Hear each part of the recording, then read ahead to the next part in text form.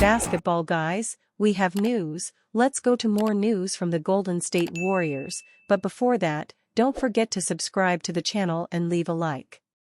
Keeping the trio of high-salary stars is a dilemma for the Warriors, and there is still doubt as to whether there will be a separation of stars Curry, Thompson, and Draymond Green. Klay Thompson will be a free agent, but the Warriors want to sign him again. Warriors need to reduce salaries, and Klay Thompson should leave. If money continues to be no object for the Warriors, re-signing veteran sharpshooter Klay Thompson, who will be an unrestricted free agent this offseason, should be atop their to-do list.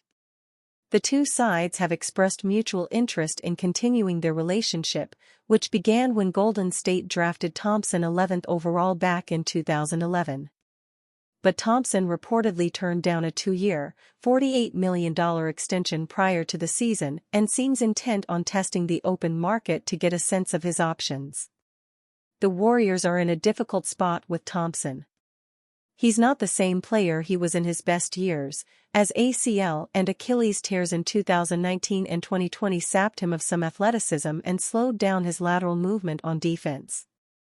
But he's still one of the NBA's best shooters, 38.7% on 9.0 attempts per game in 2023-24, and will likely draw significant interest from young teams with cap room that covet both his floor spacing ability and his championship experience.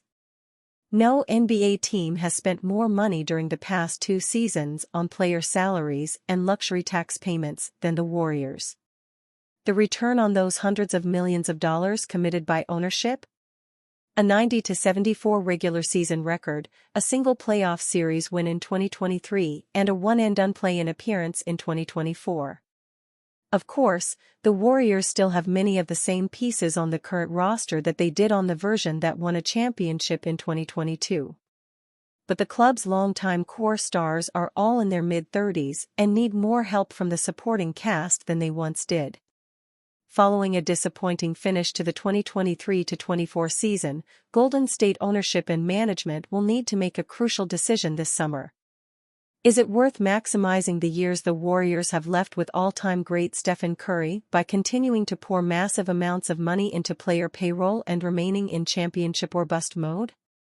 Or is the time right to take a step back by shedding some salary, ducking below the tax aprons and gaining access to more roster-building tools, even if it means sacrificing a couple of assets and perhaps ending an important long-time relationship along the way?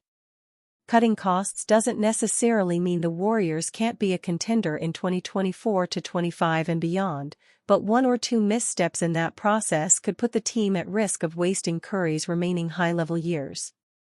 It will be a tricky tightrope to walk for general manager Mike Dunleavy Jr., who is in just his 2nd year as Golden State's head of basketball operations.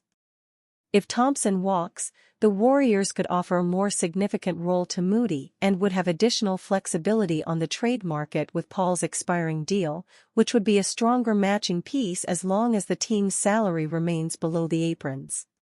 While apron teams can't take back more than 100% of their outgoing guaranteed salary in a trade, non-apron teams are permitted to take back up to 200% of that amount. In other words, to acquire that aforementioned $20 million target, Golden State would only have to guarantee Paul's salary for $10 million instead of $20 million, increasing his value to any trade partner that intends to simply waive him. It's hard to envision a scenario in which either Curry or Green isn't a Warrior next season, but there are no other players on the roster whom I view as locks to still be in Golden State by opening night. There are simply too many permutations for how this offseason could play out, with Thompson's free agency and the handling of Paul's expiring contract acting as the fulcrums that will dictate how the rest of the summer goes. If Kuminga remains with the club, and I think he should, figuring out whether or not to extend him this offseason will represent another major decision for Warriors management. The third-year forward broke out in a big way beginning in the middle of the 2023-24 season after he saw inconsistent minutes during his first 2+ years in the NBA. He's not a maximum salary player yet, but Kuminga has probably earned a $100M plus payday. It remains to be seen whether that payday will come from Golden State and whether it will happen this year.